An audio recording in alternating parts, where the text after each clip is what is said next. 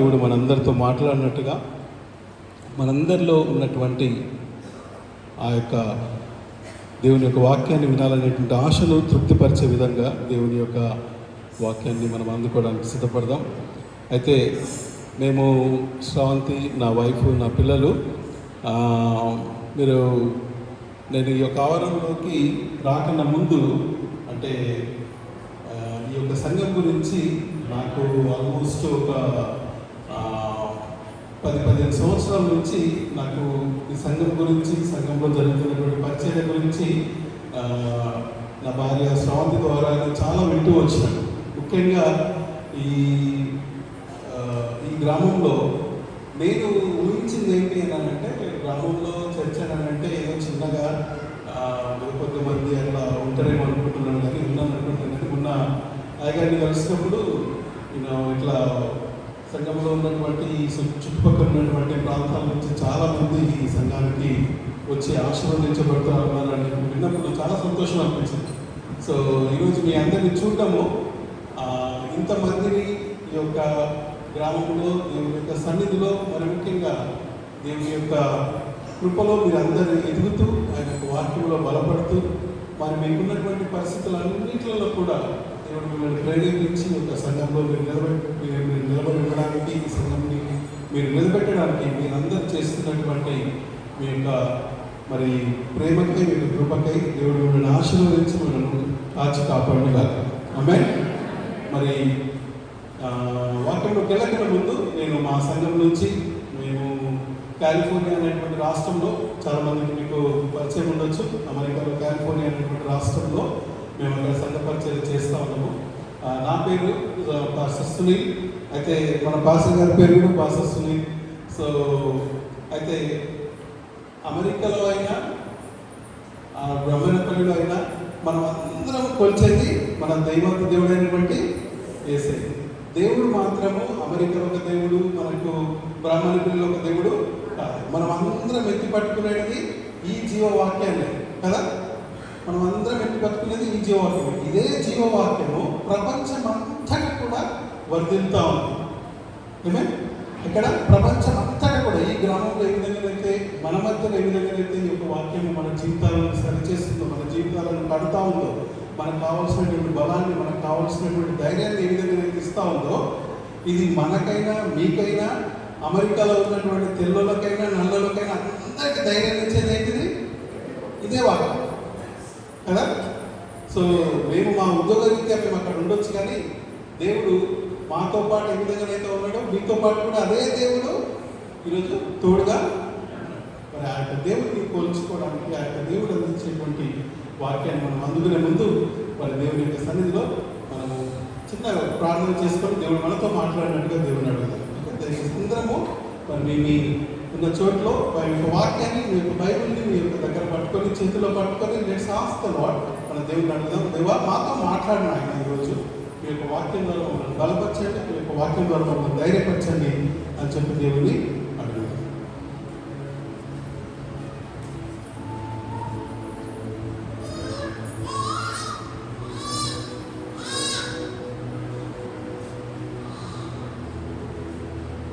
మౌనపుడ కృపగల తండ్రి, మా ప్రభా, మీ వాక్యం ద్వారా మీరు మాతో మాట్లాడమని, మా ప్రభా ఆశతో వచ్చినటువంటి ప్రభా ప్రతి ఒక్క బిడ్డని నా తండ్రి ప్రభా మీ యొక్క వాక్యం ద్వారా తృప్తిపరిచిన తండ్రి, వారికి కావాల్సినటువంటి నా తండ్రి ప్రభా మీ యొక్క వాక్యం వారికి అందించి, మా ప్రభా వారిని ఈ యొక్క సన్నిధి నుంచి నా తండ్రి ప్రభా మీ అనుగ్రహించేటువంటి వాగ్దానాల ద్వారా, మీరు అనుగ్రహించేటువంటి వాక్యం ద్వారా నా తండ్రి ప్రభా వారి యొక్క జీవితంలో మీరు వారిని బలపరిచి మమ్మల్ని యొక్క సన్నిధి నుంచి నా తండ్రి ప్రభావ మీ యొక్క తోడుతో, మీ యొక్క సహాయంతో, మీ యొక్క కృపతో నా తండ్రి ప్రభావ మేము ఈ సన్నిధి నుంచి తిరిగి వెళ్ళడానికి నా తండ్రి ప్రభావ మీ యొక్క సన్నిధిని మేమందరం ప్రభావ పొందుకొని మేము బలపడి నా తండ్రి ప్రభావ మీరు మాతో పాటు ఉన్నారనేటువంటి గొప్ప ధైర్యంతో నా తండ్రి ప్రభావ మేము యొక్క సన్నిధి నుంచి నా తండ్రి ప్రభావ ఆ తృప్తితో తిరిగి వెళ్ళడానికి మీరు మాతో మాట్లాడుకుని అడుగుతూ నా జరిగేటటువంటి మా యొక్క యేసుక్రీస్తు నామములో ప్రభావ అడిగి పొందుకుంటున్నాము నా తండ్రి. లూకాసు వార్త 8వ అధ్యాయము 22వ వచనం నుంచి కొన్ని వచనాలు చదువుకుందాం. మనందరికీ బాగా పరిచయం ఉన్నటువంటి వాక్యం ఇది. అయితే దేవుడు నేను ఈ సంఘానికి వస్తూ ఉన్నప్పుడు సంఘంతో మాట్లాడాలని చెప్పి నాకు అవకాశం అవకాశం వచ్చినప్పుడు దేవుని సన్నిధిలోకి నేను మొదలుపెట్టుకున్నప్పుడు దేవుడు నాతో మాట్లాడినటువంటి వాక్యాన్ని మీతో పాటు పంచుకోవాలని చెప్పి మనమందరం మీకు వాక్యం ద్వారా బలపడాలని ఆశపడతా ఉన్నాం. లూకాసు వార్త 8వ అధ్యాయము 22వ వచనం నుంచి 25వ వచనం వరకు 4వ వచనం.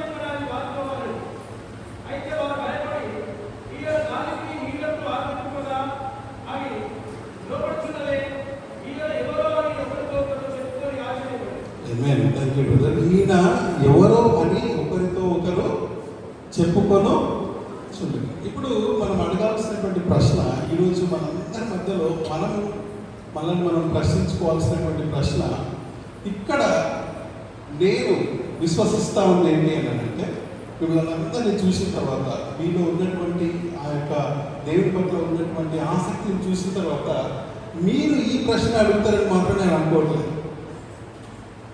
ఏమే ఎవరికైనా ఉందా ఈ ప్రశ్న? వీళ్ళు దేవుని యొక్క శిష్యులు, దేవుడు చేస్తున్నటువంటి ప్రతి అద్భుతాన్ని చూసినటువంటి శిష్యులు. అంటే ఇప్పుడు మనమందరం ఏ విధంగా దేవుని యొక్క వాక్యాన్ని గత కొన్ని సంవత్సరాలుగా వింటూ ఉంటాము, దేవుని యొక్క అద్భుతాలను మన యొక్క జీవితంలో చూస్తూ వస్తూ ఉన్నాము. ఈ శిష్యులు ఆ రోజు దేవుని యొక్క అద్భుతాన్ని చూసి, ఆ యొక్క సముద్రాన్ని గర్జించినటువంటి సన్నివేశాలు చూసి వీళ్ళు ఏమనుకుంటా ఉన్నారు అని అంటే, దేవుని శిష్యులు ఏమని ప్రశ్న అడుగుతా ఉన్నారు? ఈయన చెప్పాలి, ఈయన ఎవరో అని ఒకరినొకరు అనుకుంటాం.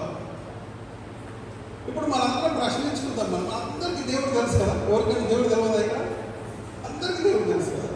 మరి ఇక్కడ శిష్యులకు కూడా దేవుడు తెలుసా తెలియదా? చెప్పాలి, అందరికి దేవుడు తెలుసా తెలియదు? శిష్యులకి తెలుసు కదా. దేవుడి యొక్క అద్భుతాలని మనమైతే ఈరోజు ఆ రోజు జరిగినటువంటి అద్భుతాలను మన కళ్ళారా చూడలేదు, కానీ వీళ్ళైతే ఆ శిష్యులైతే కళ్ళారా అద్భుతం, వాళ్ళ ప్రతి అద్భుతాన్ని చూసినటువంటి శిష్యులు. మరి వీళ్ళు అడుగుతున్నటువంటి ప్రశ్న ఏంటి? ఈయన ఎవరో అని ఆశ్చర్యపడిపోతా ఉన్నారు. వాళ్ళు ఆశ్చర్యపడడం కానీ మనకు ఆశ్చర్యం వేయాలి. ఇప్పుడు మరి ఇంకా ఏంటి యేసుప్రభు తెలియదా అని. అయితే మనము ఎందుకు వీళ్ళు ఈ విధంగా ఆశ్చర్యపడ్డారు అనేటువంటి విషయాన్ని మనం తెలుసుకునే పోయే ముందు మనము ఒకవేళ ఆ పరిస్థితులలో ఉంటే మనం ఉన్నామా లేదా అని కొద్ది నిమిషాలు మనము ప్రశ్నించుకుందాం. అంటే మొట్టమొదటిగా ఈ యొక్క సన్నివేశాన్ని మనందరికీ గుర్తుండడానికి, అది గుర్తు రావడానికి నేను క్లుప్తంగా అక్కడ జరుగుతున్నటువంటి విషయం ఏంటో చెప్తాను. ఒకరోజు యేసుప్రభువు వారు 12 మంది శిష్యుల దగ్గరికి వచ్చి, మనము అద్దరికి పోదాం, అంటే గలిలయ సముద్రంలో నుంచి ఒక సైడ్ నుంచి ఇంకొక తట్టుకు, అంటే ఒక సైడ్ నుంచి ఇంకొక సైడ్కి పోవడానికి మనము వెళ్దాము అని అన్నప్పుడు అక్కడున్న శిష్యులు ఏం చేయడం జరిగిందంటే, అప్పుడు ఉన్నటువంటి పరిస్థితులలో మామూలుగా సముద్రం మీదకి వెళ్ళి పోవాలంటే ఇప్పుడు ఎక్కడైతే పడవల మీద పోతామో అప్పుడు కూడా అట్లనే వాళ్ళు పడవల మీద పోతాము. ఇప్పుడున్నంత పెద్ద పెద్ద పడవలు ఆ రోజుల్లో ఉండకపోయిండొచ్చు, కానీ ఒక పడవలైతే వాళ్ళు సిద్ధపరిచినట్టుగా మనము చూస్తాం. అయితే ఆ పడవను సిద్ధపరచుకొని వాళ్ళు ఆ పడవలో కూర్చొని యేసు ప్రభుతో పాటు వాళ్ళందరూ ఈ దరి నుంచి ఆ దరికి వాళ్ళు, అంటే ఈ సైడ్ నుంచి వాళ్ళు ఆ సైడ్కి వాళ్ళు వెళ్తా ఉన్నట్టుగా చూస్తాం.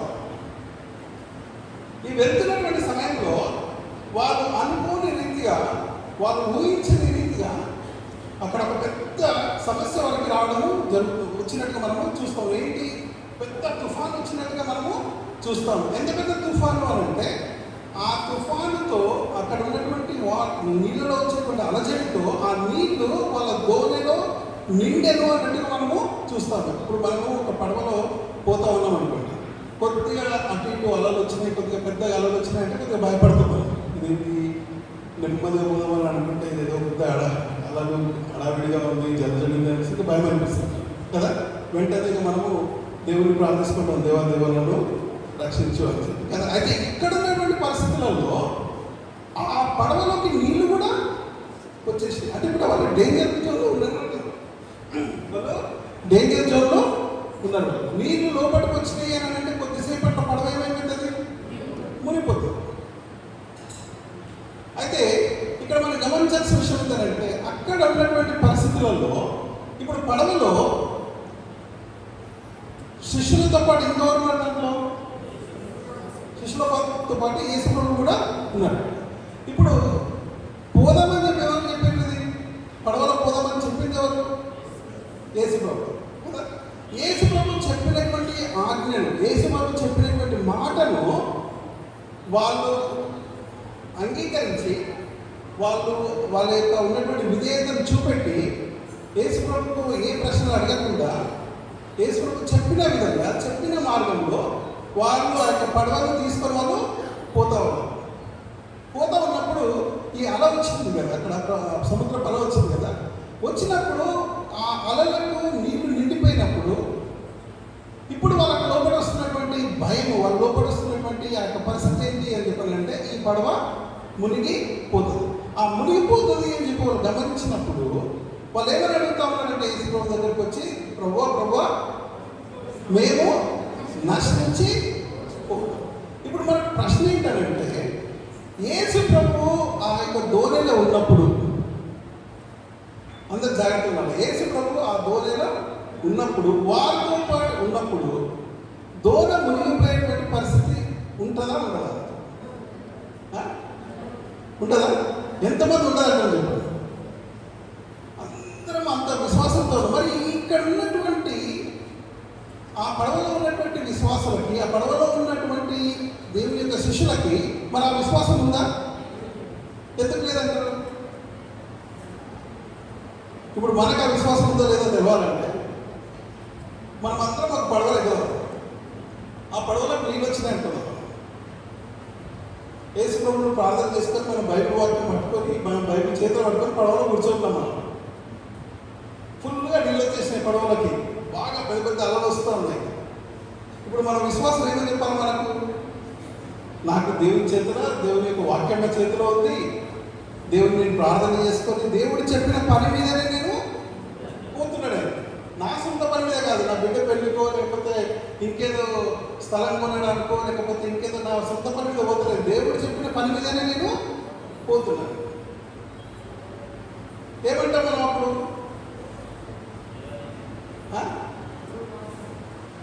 భయపడటం కదా, సహజం కదా. భయం రావడం అనేటువంటిది సహజం. దేవుని వాక్యం తెలిసిన వల్ల మనకి ఆ రోజు ఏ విధంగా అయితే శిష్యులు అన్ని అద్భుతాలు చూసినటువంటి శిష్యులు ఎప్పుడైతే ఆపద, ఆ యొక్క పెద్ద సమస్య, ఆ యొక్క పెద్ద తుఫాను వాళ్ళ యొక్క జీవితంలోకి రాగానే, ఆ యొక్క పడవలోకి, ఆ యొక్క పడవ ప్రయాణంలోకి వాళ్ళు రాగానే వాళ్ళ లోపల ఏమొచ్చేసింది? వాళ్ళ లోపల భయము.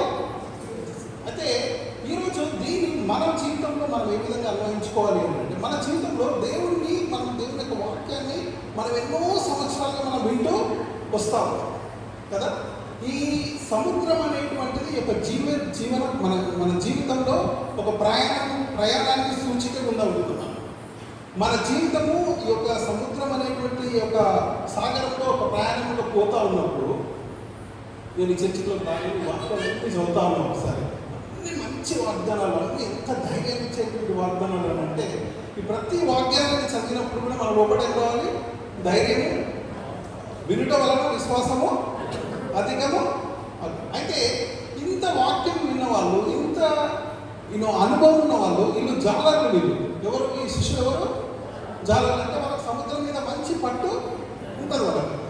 మనకన్నా అంత, ఇక్కడ ఎంతమంది జాలర్లు తెలియదు కానీ మనకన్నా అంత పట్టు ఉంటుందో ఉండదో కానీ, ఇక్కడ ఆ సముద్రంలో ఆ టైంలో ఉన్నటువంటి శిష్యులు, ఆ దోణిలో ఉన్నటువంటి వాళ్ళు, వాళ్ళ వృత్తి చేపలు పట్టుకోవడం వల్ల కదా. వాళ్ళ వృత్తి చేపలు పట్టుకోవడము, వాళ్ళకి సముద్రంలో ప్రయాణం అనేటువంటిది కొత్త ప్రయాణమే కాదు వాళ్ళకు. ఆ ఆ పడవలో వాళ్ళు ప్రయాణించడం అనేటువంటిది బాగా అనుభవం ఉన్నటువంటి మార్గం వాళ్ళకు. కానీ ఎప్పుడైతే ఆ సముద్రపు అలల్ని వాళ్ళు చూడడం జరిగిందో వాళ్ళ లోపల ఏమొచ్చేసింది? భయము వచ్చేసింది. అయితే ఇప్పుడు మనమందరము వీళ్ళ పరిస్థితిని బట్టి మన జీవితాన్ని అనుభవించుకునే ముందు మనం ఒకసారి పరీక్షిస్తూ ఏంటంటే, వాళ్ళు అక్కడ ఉన్నటువంటి పరిస్థితులలో వాళ్ళు చూస్తున్నది తుఫాన్ని కదా, వాళ్ళు చూస్తుంది తుఫాన్ని వాళ్ళు చూస్తా ఉన్నారు. ఎప్పుడైతే వాళ్ళు తుఫాను చూస్తా ఉన్నారో వాళ్ళ లోపల ఏమొచ్చింది? భయం వచ్చింది. పేతురు కూడా ఒకరోజు నీళ్ళ మీద నడుస్తూ ఉన్నప్పుడు యేసు ప్రభువును చూసినంతసేపు నీళ్ళ మీద ధైర్యంగా పడతాను నడవడము జరిగింది. ఎప్పుడైతే పక్కన అలజడిని చూడడం జరిగిందో పేతురు ఏమైందప్పుడు? మునిగిపోవడము. ఇప్పుడు ఈ శిష్యులు కూడా ఆ రోజు పడవలో ఉన్నవాళ్ళు వాళ్ళు యేసు ప్రభు మాతో పాటు ఉన్నాడు కదా అని చెప్పి యేసు ప్రభు మీద వాళ్ళు ఆధారపడి యేసు ప్రభు ఉన్నాక మన పడవ ఎట్లా మునిగిపోతుంది అనేటువంటి విశ్వాసంతో వాళ్ళు ఉండుంటే వాళ్ళ లోపల భయం వచ్చిందా? భయం ఉన్నా కూడా మనకి ఏది కాదనేటువంటి ఒక ధైర్యం అయితే వాళ్ళకు ఉంటుంది. అయితే మన జీవితంలో ఎన్ని సంవత్సరాల నుంచి మన వాక్యం ఉంటా ఉన్నా కూడా మన జీవితంలో ఒక పెద్ద సమస్య, ఒక కుటుంబ సమస్య కావచ్చు, ఒక ఆరోగ్య సమస్య కావచ్చు, మన పిల్లల భవిష్యత్తు విషయంలో ఒక సమస్య కావచ్చు, లేకపోతే సంబంధాల విషయాల సమస్య కావచ్చు, లేకపోతే అప్పులు, లేకపోతే డబ్బుల విషయాల సమస్యలు కావచ్చు, ఎన్నో రకాలైనటువంటి సమస్యలు మన జీవితంలో వస్తాం. అయితే మనము ఈ జీవితం అనేటువంటి ప్రయాణంలో ఈ సమస్యల గురించి మనం వెళ్తా ఉన్నప్పుడు మనందరికీ తెలుసు మనం దేవుని నమ్ముతున్నటువంటి బిడ్డలు. ఈ యొక్క వాక్యాన్ని మనం నమ్ముకొని మనము జీవిస్తున్నటువంటి మనము బిడ్డలు.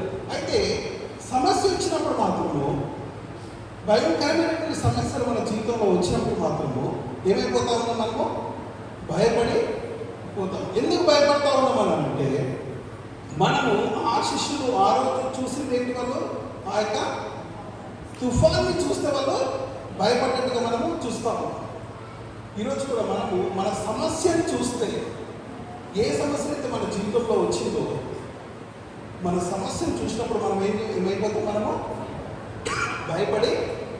అయితే మనం సమస్యను చూడకుండా ఆ సమస్య ఉన్నా కూడా దేవా నీవు నా జీవితంలోనూ మా జీవితంలో ఉన్నావు కాబట్టి, నన్ను రక్షించుకున్నటువంటి దేవుడవు కాబట్టి, నా జీవితంలో ఇంతకుముందు ఎన్నో అద్భుతాలు చేసినటువంటి దేవుడవు కాబట్టి, సజీవుడైనటువంటి ఈ సృష్టిని సృష్టించినటువంటి దేవుడవు కాబట్టి, నాకు వచ్చినటువంటి ఈ యొక్క కిడ్నీ ప్రాబ్లం, నాకు వచ్చినటువంటి ఈ యొక్క ఆరోగ్య సమస్య, నాకు వచ్చినటువంటి ఈ యొక్క డబ్బుల సమస్య నాకు పెద్దదేమో కానీ నీకు మాత్రం అది పెద్దది కాదు.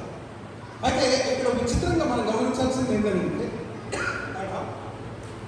ఈ సమస్య వచ్చినప్పుడు ఈ శిష్యులందరూ కలవరపడిపోయి వాళ్ళు భయపడిపోయి దేవుని దగ్గరికి వచ్చి ప్రభువా మేము నశించిపోతా ఉన్నాం అన్నప్పుడు దేవుడు ఏం చేస్తా ఉన్నాడు? ఇప్పుడు దేవుడు కూడా కంగారు పడిపోతా ఉన్నాడా? చదువు అక్కడ వాక్యంలో దేవుడు ఏం చేస్తా ఉన్నాడు? 23 వారు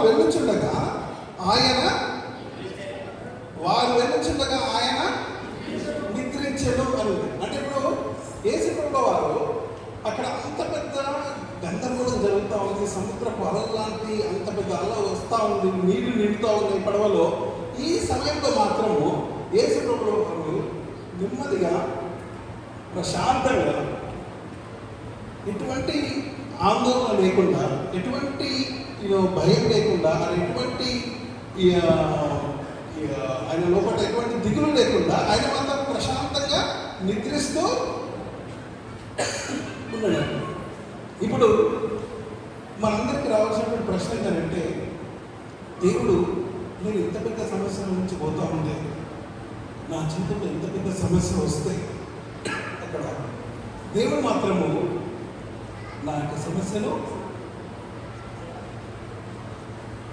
పట్టించుకోవాలి, నా యొక్క సమస్యకు మాత్రం పరిష్కారం నాకు చూపెట్టాలి. ఇప్పుడు దేవుడు నిద్రపోతా ఉన్నాడు అని అంటే, అక్కడ నిద్రించడం అని అంటే, నేను ఏదైతే సమస్య గురించి పోతా ఉన్నానో నాకు రావాల్సినటువంటి జవాబు ఈ సమస్య గురించి నేను ప్రార్థిస్తూ ఉన్నాను, ఈ సమస్య గురించి నేను ఇబ్బంది పడుతూ ఉన్నాను, ఇన్ని రోజులైపోతూ ఉంది, ఇంత కష్టంగా ఉంది నాకు, ఇంత బాధగా ఉంది నాకు. కానీ దేవుడు మాత్రము నా ప్రార్థనకు జవాబు ఇవ్వడము లేదు. నా ప్రార్థనకు జవాబు మాత్రం ఆలస్యము అవుతాను.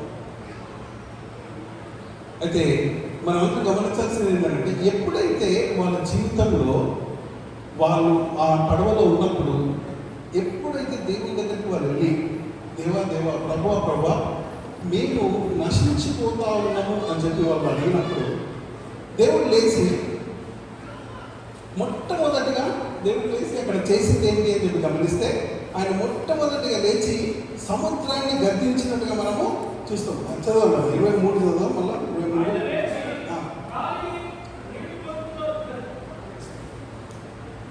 గాలిని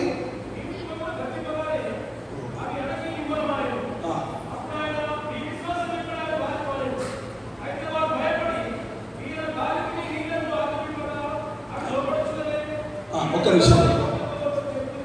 థ్యాంక్ యూ బ్రదర్.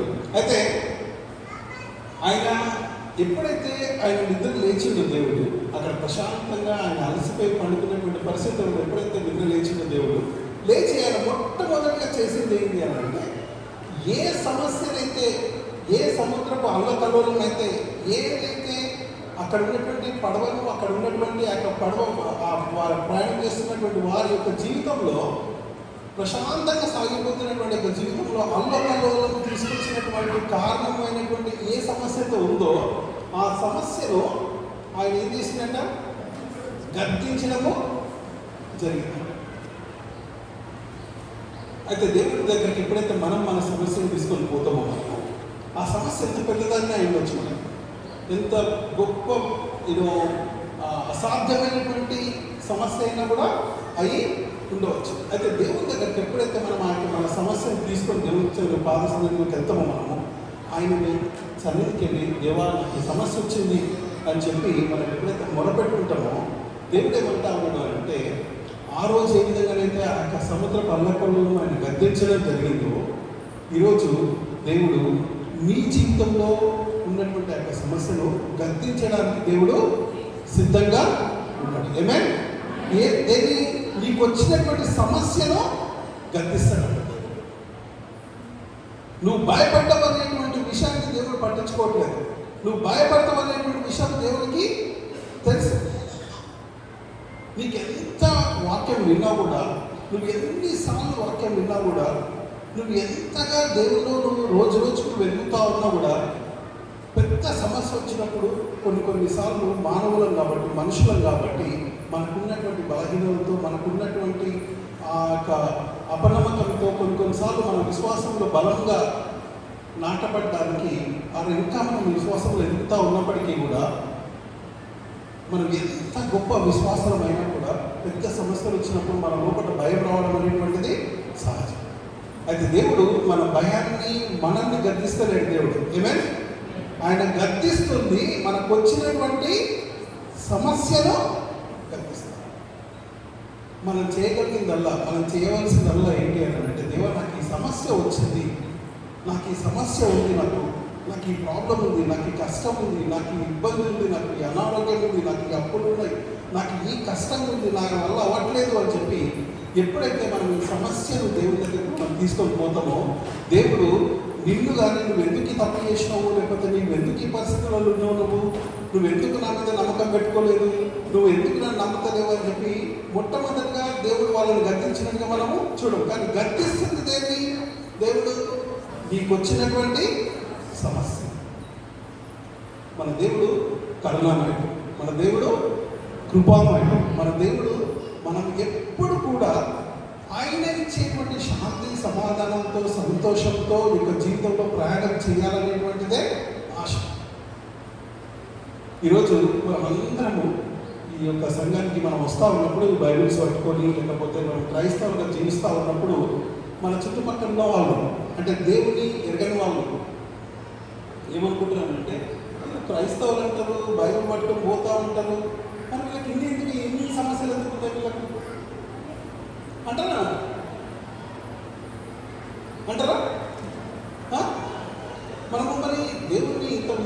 కొలుస్తా ఉంటే దేవుడు నాకు ఎందుకు సమస్యలు తీసుకొస్తా ఉన్నట్టు?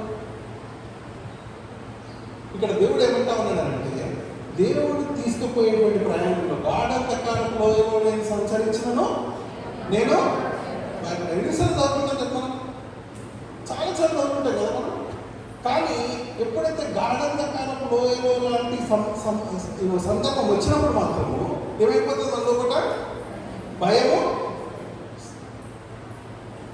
వీళ్ళందరికీ చుట్టుపక్కల ఉన్న వాళ్ళకు ఈ సంఘం ద్వారా,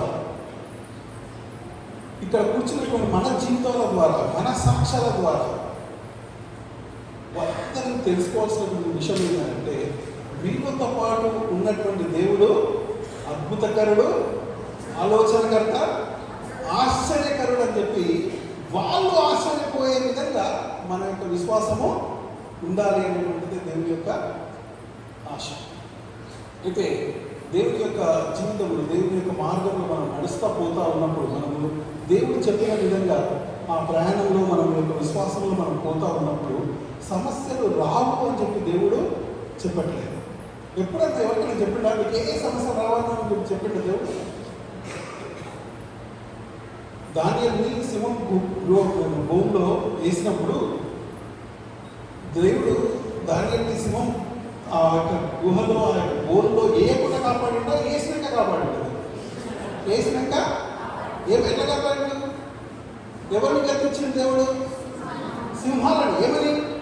ఒక్క సింహం కూడా ఎంత ఆకలేదు, మంచి బిర్యానీ లాంటి ధాన్యాలు అక్కడ ఉన్నా కూడా సింహాలు ఏమైపోయినాయి? నోరు కట్టుకొని ధాన్యం ప్రార్థన చేసినప్పుడు కూడా సింహాలు కూడా ప్రార్థన చేసినాయంట. ఏమైనా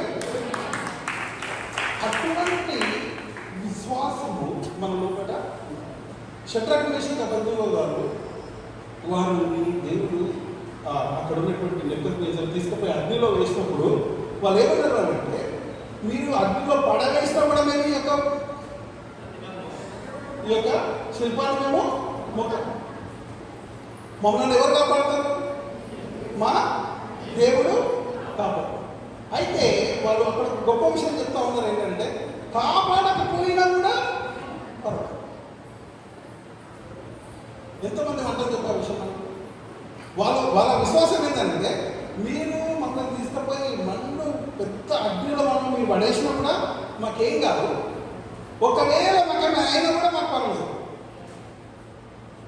అదే కదా వాళ్ళ విశ్వాసం అక్కడ. అయితే అగ్నిలో పడవేసినప్పుడు నెబుకద్నెజర్ రాజుకి ఎంతమంది కనబడుతున్నారు? ముగ్గురు, నలుగురు కదా. మరి నాలుగో వ్యక్తి ఎవరు? అందరం చెప్తారు. నాలుగో వ్యక్తి ఎవరు? మన వాళ్ళకంట వాళ్ళ అంగి కూడా కాలిపోలేదు, యొక్క ఎంటికి కూడా వాసన కూడా.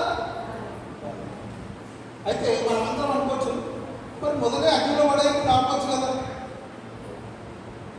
నాకు ఈ సమస్య రాకుండా, నా కడుపులో ఈ నొప్పి రాకుండా, నాకు ఈ అప్పు రాకుండా, నా జీవితంలో ఈ యొక్క ఆరోగ్య సమస్య రాకుండా, నా ఉద్యోగంలో ఈ యొక్క ప్రమోషన్ వచ్చేటట్టు, లేకపోతే నాకు ఈ సమస్య రాకుండా నన్ను మొదలై దేవుడు కాపాడవచ్చు కదా. మన ప్రార్థన ఎట్లుంటుంది మనది? దేవా నాకు ఈ సమస్యనే రాదు. దేవుడు ఏమంటా ఉన్నాడంటే, గాఢంధకారపు మీరు సంచరించినను, మీరు ఒకవేళ ఆ సమస్యలు కూడా పోతా ఉన్నా కూడా మీతో పాటు, నాతో పాటు, మనతో పాటు ఉన్నటువంటి దేవుడు ఎవరు? మన ఆ దేవుణ్ణి మనము చేత పట్టుకొని నడుస్తూ ఉన్నప్పుడు ఇన్ని అద్భుతాలు చూసినటువంటి మనం ఎంతో మంది సాక్ష్యాలు మనం ఈ యొక్క సంఘంలో వింటా ఉన్నాం. మన చుట్టుపక్కల ఎన్నో సాక్ష్యాలు మనము వింటా ఉన్నాము. ఎంతో మంది ఈ యొక్క దేవుడు ఇచ్చినటువంటి ఆ యొక్క మన గ్రంథంలో ఉన్నటువంటి ఎన్నో గొప్ప గొప్ప విషయాలు మనం వింటా ఉన్నప్పుడు మన లోపల దేవుడు ఈ యొక్క వాక్యం ద్వారా మన లోపల ఏం కావాలి? ధైర్యము. లోపలికి ఏం కావాలా? ధైర్యము రావాలి. బయటకి ఏం కావాలి? భయము. సో దేవుడు గుర్తు చేస్తా ఉన్నాడు ఏంటంటే, మనందరికీ ఈరోజు నీకు ఎటువంటి సమస్య వచ్చినా, నీకు ఎటువంటి ఇబ్బంది వచ్చినా, నీకు ఎటువంటి కష్టం వచ్చినా, నీవు నమ్మవలసింది, నువ్వు నమ్మి పొందుకోవాల్సింది నువ్వు విశ్వసించి నీ యొక్క విశ్వాసంలో ఎదగవలసినటువంటి అవసరాన్ని దేవుడు ఏమని గుర్తు చేస్తా ఉన్నాడంటే, నీ సమస్యను నువ్వు చూడకు, నన్ను చూడకు. ఎప్పుడైతే నువ్వు సమస్యను చూస్తావో అప్పుడు నీ లోపల ఏమొస్తుంది? భయం అనేటువంటిది. నువ్వు సమస్యను చూడకుండా, దేవా ఇంత పెద్ద కష్టం వచ్చింది కదా, ఇన్ని లక్షల అప్పులు కట్టాలి కదా, నేను ఏమన్నా కానీ దేవా నేను ఆ అప్పు గురించి నేను ఆలోచిస్తలేదు. ఆ అప్పు ఎవరిది? దేవుడు. ఏమే ఆ సమస్య ఎవరిది? దేవుడు. ఈ అనారోగ్యం ఎవరిది? దేవుడు. ఎందుకు? దేవుడు అప్పు చేసిందా? దేవుడికి అనారోగ్యం వచ్చిందా? మరి ఎందుకు దేవుడు ఎందుకు అంటున్నాం? మనల్ని సృష్టించింది ఎవరు? మనల్ని సృష్టించింది ఎవరు? దేవుడు కదా. మనల్ని సృష్టించినటువంటి దేవుడు అంటే ఈ కళ్ళను కానీ, లేకపోతే ఈ చెవులు కానీ, ఈ కడుపును కానీ, ఈ కిడ్నీలను కానీ సృష్టించింది ఎవరు? దేవుడు. మన మ్యానుఫ్యాక్చరర్ అంటే మన ఓనర్ ఎవరు? మనం ఆయనకే పరిపాలన. దేవుడు నువ్వు ఇచ్చిన నీ జీవితం ఇది. నా జీవితాన్ని పాదాల ముందు నేను సమర్పించుకుంటున్న దేవుడు. ఇది మీరిచ్చినటువంటి జీవితం. నాయన మీరు అనుగ్రహించినటువంటి యొక్క జీవితాన్ని నేను మీ పాదాల ముందు నేను సమర్పించుకుంటాను. మనల్ని మనం ఎప్పుడైతే దేవునికి అనుగుణంగా సమర్పించుకుంటామో అప్పుడు మనల్ని మనం సమర్పించుకోవడం దాని అర్థం ఏంటంటే, మనకున్నటువంటి సమస్యల్ని, మనకున్నటువంటి ఇబ్బందుల్ని, మనకున్నటువంటి కష్టాన్ని, మనకున్నటువంటి బాధల్ని అన్నింటినీ కూడా మనం ఆయన పాదాల ముందు మనము సమర్పించుకుంటున్నాం. ఏమే మనం ఆయన పాదాల ముందు ఎప్పుడైతే మన యొక్క సమస్యను సమర్పించుకుంటామో మనము, అప్పుడు అది ఆయన ప్రాబ్లం అవుతుంది. ఎవరిది? అప్పుడు ఆయన కష్టం అవుతుంది, అప్పుడు ఆయన అప్పు అవుతుంది, అప్పుడు ఆయనకున్నటువంటి అనారోగ్యము అవుతుంది. మనందరికి తెలిసినటువంటి విషయం ఏంటంటే, నీ అనారోగ్యం గురించి, నా అనారోగ్యం గురించి, నీకు వచ్చినటువంటి వేదన గురించి, నీకు వచ్చినటువంటి కష్టం గురించి, నీకు వచ్చినటువంటి అవమానం గురించి, నీకు వచ్చినటువంటి అప్పుల గురించి యేసుప్రభు ఆ రోజే ఆ యొక్క సిలువలో మన అందరి పక్షాన ఆయన ప్రతి ఒక్క అపాయతను జయించినటువంటి విజయశీలుడు. మరి అటువంటి దేవుడు మనకుందగా, అటువంటి దేవుడిని మనం సమర్పించుకున్నప్పుడు దేవుడు ఏమని చెప్తా ఉన్నాడంటే, మీరు నా బిడ్డలు, మీరు నా సొత్తు అనుకుంటారు. ఇప్పుడు మన బిడ్డలకు ఎప్పుడైనా మనకి కష్టం వచ్చిందనుకో, చిన్న బిడ్డలు మనకి కదా, మన బిడ్డలకు ఒకటి కష్టం వచ్చిందనుకో, ఓకే నీ కష్టం నువ్వు పడాలని చెప్పాలి, వదిలేస్తామా? ఏం చేస్తాం? మనం శ్రాయ శక్తిలో మనకి ఎంత శక్తి ఉంటే అంత మనం కూడా కలుపుకొని ఆ యొక్క శక్తి అంతా వెచ్చించి, ఇంకా మన వల్ల కాకపోతే ఇంకా అక్కడి నుంచి ఎక్కడి నుంచైనా ఏదో విధంగా ప్రయత్నాలు చేసి మన చిన్నపిల్లలకు వచ్చినటువంటి ఆ యొక్క సమస్యను మనం తీర్చడానికే ప్రయత్నిస్తాం. తల్లిదండ్రులుగా నీవు నేనే అంత ప్రయత్నం చేసినప్పుడు ఈ సృష్టికర్త నిన్ను నన్ను సృష్టించినటువంటి దేవుడు నీకు వచ్చినటువంటి సమస్య ఒక పెద్ద సమస్యనే. మనం మొత్తము ఈ యొక్క భూగోళంలోనంట మన భూమికి ఇంత ఉంటారు. ఎంత అంటే చూడడానికి కూడా మనకు కళ్ళకు కనబడినంత ఉంటుందంట భూమి మొత్తం భూగోళంలో. ఆ చూడడానికి కూడా చూడలేనంత ఉన్న భూగోళంలో ఇక నువ్వు నేను ఎంత ఉంటుందో చెప్పండి. నువ్వు నేను ఎంత ఉన్నావు పక్కన పెడితే నీకు వచ్చినటువంటి సమస్య ఇంకెంత పెద్దదో చెప్పండి. ఎప్పుడైతే ఆ సమస్యను మనం చూస్తామో, మన కళ్ళతో చూస్తామో, మన ఆలోచన చేస్తామో, మనకున్నటువంటి జ్ఞానంతో మనం వాటి గురించి పరిష్కారం గురించి వెతుకుతూ ఉంటామో, అప్పుడు సమస్య ఎట్లా కనబడుతుందంట? పెద్ద కనబడుతుంది. అయితే ఒక విషయం చెప్పి నేను ముగిస్తాను. దావీదు ముందున్నటువంటి గొలియాతు నిజంగా పెద్ద ఉన్నాడా లేదా? పెద్ద సమస్య కదా గొలియాతుకి కదా. దావీదు దగ్గర ఉన్నటువంటి సమస్య ఏంటి? ఆ ఇజ్రాయెల్ దగ్గర ఉన్నటువంటి సమస్య ఏంటో గొలియాతు పెద్ద సమస్య కదా. 30 రోజుల నుంచి తిరుగుతా ఉన్నారు అందరూ, సైనికులు, సౌలు, అక్కడ ఉన్నటువంటి అన్నదమ్ములు అందరూ తిరుగుతూ ఉన్నారు, ఎవ్వరి వల్ల అవట్లేదు. కానీ దావీదు గొలియాతును చూస్తున్నాడా? దావీదు లోపల ఉన్నటువంటి దేవుని మీద ఉన్నటువంటి విశ్వాసాన్ని చూస్తున్నాడు కదా. చూసినప్పుడు ఏం చేయగలిగింది దావీదు? ఆయనకి ఏమైనా అనుభవం ఉందా? ఆయనకి ఇంత పెద్ద గొలియాతు లాంటి యుద్ధం చేసే అనుభవం ఉందా? కానీ తను నమ్మింది మాత్రము ఆ పోరాటము, ఆ గొలియాతును చంపేది నేను కాదు, సజీవుడు అనేటువంటి నా ఈరోజు నీవు నేను నమ్మినట్టయితే ఆ సజీవుడైనటువంటి దేవుడిని నేను కొలుస్తా ఉన్నాను. ఆ దానియేలు, ఆ డేవిడు, ఆ షడ్రక్ మేషకులు ఏ దేవునైతే కొలిచినారో, ఏ దేవునైతే నమ్ముకున్నారో, ఆ పేతురు, ఆ పౌలు, వాళ్ళు ఏ దేవునైతే వాళ్ళు నమ్ముకున్నారో అదే దేవుని నువ్వు నేను కూడా. వాళ్ళు వేరే దేవుడిని, మనం వేరే దేవుడిని కాదు కొలిచేది. వాళ్ళు మనుషులే, మనం కూడా మనుషులే. వాళ్ళు కూడా విశ్వాసంలో పడిపోవడం జరిగింది, మనం కూడా విశ్వాసంలో పడిపోతాం. మనం కూడా అధైర్యపడతా ఉన్నాం, మనం కూడా మన లోపల కూడా భయము వస్తుంది. అయితే దేవుడు మన భయాన్ని, మన కష్టాన్ని, మనలో పడినటువంటి అపనమ్మకాన్ని దేవుడు గద్దిస్తలేడు, కానీ మనకున్నటువంటి సమస్యను మాత్రము గద్దిస్తాడు. అయితే దేవుడు చివరిగా ఆ యొక్క 25వ వచనం చదువుతున్నాం. చివరిగా 25వ వచనం ఏమంటా ఉన్నాడు అంటే, ఇప్పుడు ఆ ప్రశ్నను మనం అడుగుతాము.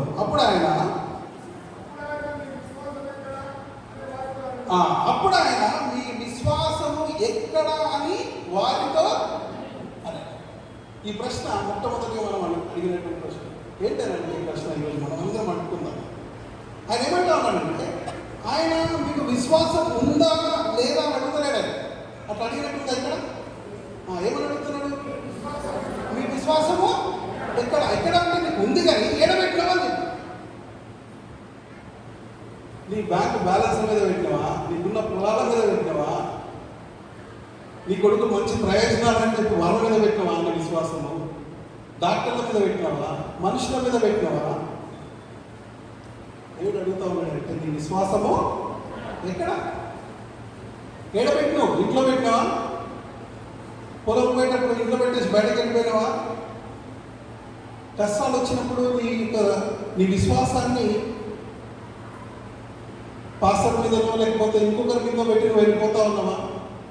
దేవుడు ఏమంటా ఉన్నాడంటే, మనకు విశ్వాసం లేదు అని అంటే ఇక్కడ ఉన్న వాళ్ళకి ఏమంటా ఉన్నాడంటే, మీకు విశ్వాసం లేదని అడుగుతలేడు అక్కడ దేవుడు. ఏమంటా ఉన్నాడు? మీ విశ్వాసము ఎక్కడ? ఏడెక్కింది నీ విశ్వాసము అని అడుగుతా ఉన్నాడు. ఈరోజు మనందరినీ దేవుడు అడుగుతా ఉన్నాడు ఏంటంటే, మనకు సమస్య వచ్చినప్పుడు మనం ఏం చేస్తామంటే, కష్టం వచ్చినప్పుడు కొన్నిసార్లు మనం ఎవరిని ఆశ్రయిస్తామంట? మనుషులను నమ్ముకున్నట కంటే యెహోవాను ఆశ్రయించు. ఈ మనుషులు ఎట్లా ఉంటుందంటే పరిస్థితి, అంత మంచుకున్నప్పుడు మన చుట్టూ ఉంటుంది. అందరు అనుభవంలో అని చెప్పాలి. అంత మంచుకున్నప్పుడు మన చుట్టూ ఉంటుంది. కొత్తగా నీ పరిస్థితి బాగాలేదనుకో, నీకు ఛాయ్ కూడా ఏమైనా పోస్తారా? ఫంక్షన్ కూడా ఇవ్వాలి. మనుషులను నమ్ముకోవడం కంటే మన దేవుణ్ణి ఆశ్రయించడము. దేవుడు ఏమంటా ఉన్నాడంటే, నీకు సమస్య రాదు అని చెప్పట్లేదు, కానీ నీ సమస్య వచ్చినప్పుడు నువ్వు నీ యొక్క సమస్యను నా పాదముల నుండి సమర్పించినప్పుడు, నువ్వు యొక్క సమస్యను చూడకుండా నా మీద ఆధారపడ్డప్పుడు, నేను ఇచ్చినటువంటి వాక్యం మీద ఆధారపడ్డప్పుడు, ఇక్కడ దైవ సేవకుల ద్వారా ఇస్తున్నటువంటి ఆ యొక్క వాక్యాన్ని మీరు పొందుకున్నప్పుడు, ప్రతి ఆదివారం మన బలపడేది ఏంటి అని అంటే, దేవా నువ్వు ఉన్నావు, నాకు చాలు. ఎప్పుడైతే దేవా నీవు నాకు చాలు వేసాయని ఎప్పుడైతే మనం అంటామో, అప్పుడు మన లోపల ఏమొస్తుందంట? ధైర్యము. ఎప్పుడైతే మనం సమస్యను చూడడం మనం పక్కన పెట్టి, దేవా ఈ సమస్య నీది నాయన, నా వల్ల కాదు, మనం సాష్టాంగ పడి దేవుని యొక్క సన్నిధిలో మనం ఏం చెప్పాలి?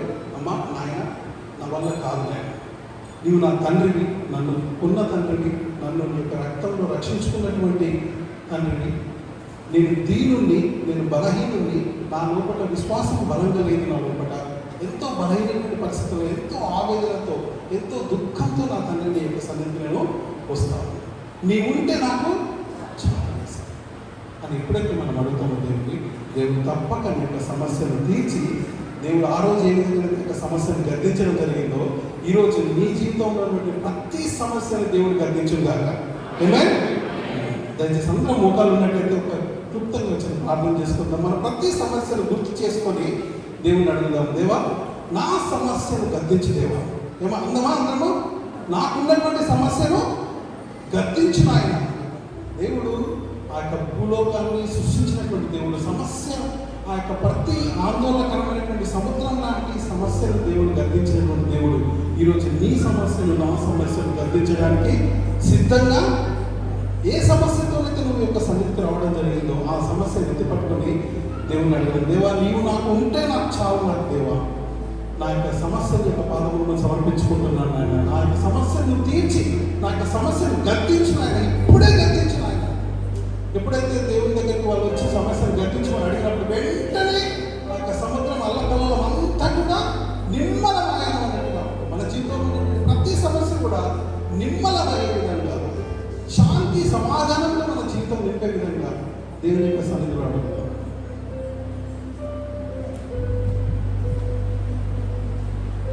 దేవుడు మనకుంటే చాలు, ఆయన యొక్క తోడు మనకుంటే చాలు, ఆయన యొక్క నీడ మనకుంటే చాలు అనేటువంటి నీ ఉంటే చాలు నాకు యేసయ్యా, నీ వెంటే నేను ఉంటానేసయ్యా, నీ ఉంటే నాకు చాలు యేసయ్యా, నీ వెంటే నేను ఉంటానేసయ్యా, నీ మాట చాలయ్యా, నీ చూపు చాలయ్యా, నీ తోడు చాలయ్యా, నీ నీడ చాలయ్యా, నీ మాట చాలయ్యా, నీ చూపు చాలయ్యా, నీ తోడు చాలయ్యా, నీ నీడ చాలయ్యా, నీ ఉంటే నాకు చాలు యేసయ్యా, నీ వెంటే ఉంటానేసయ్యా,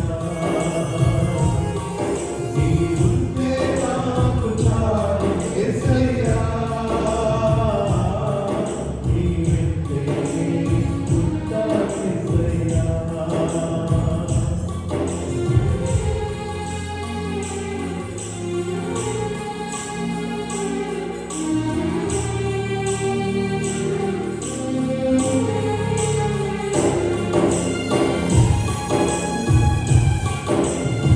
తన కలిసి పాత్రలో ఎన్ని బాధలు, ఎన్ని ఇబ్బందులు, ఎన్ని కష్టాలైనా దేవా నువ్వు నాకుంటే నాకు ఎన్ని బాధలు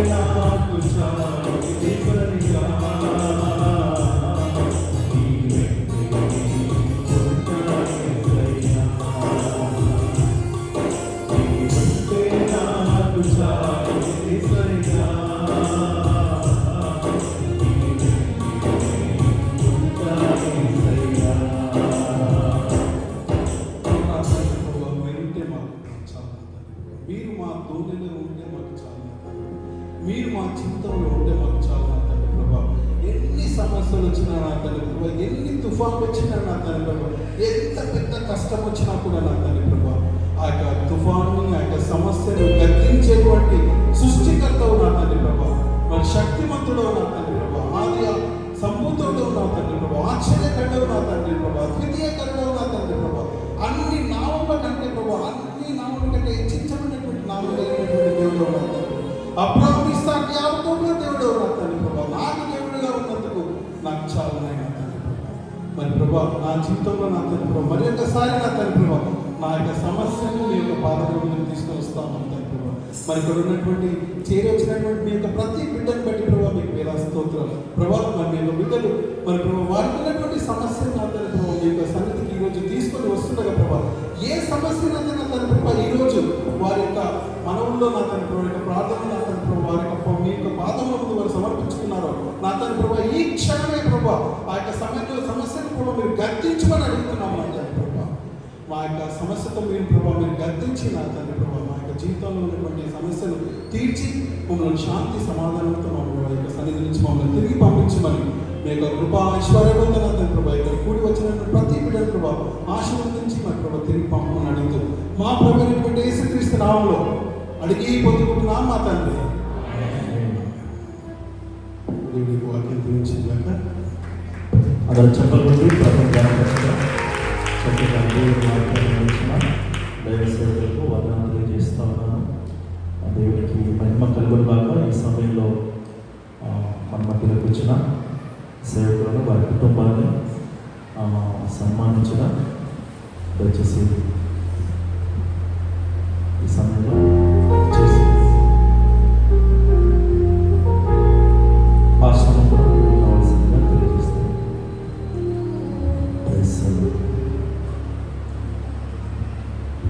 దేవునికి స్తోత్రం. మన కుటుంబాల్లో ఏ సమస్య వచ్చినా ఆ సమస్య కంటే గొప్ప దేవుడు, సర్వశక్తి గల దేవుడు మనకున్నాడని చక్కగా వాక్యం అందించిన సేవలకు హృదయపూర్వకమైన వందనాలు తెలియజేస్తా ఉన్నాను.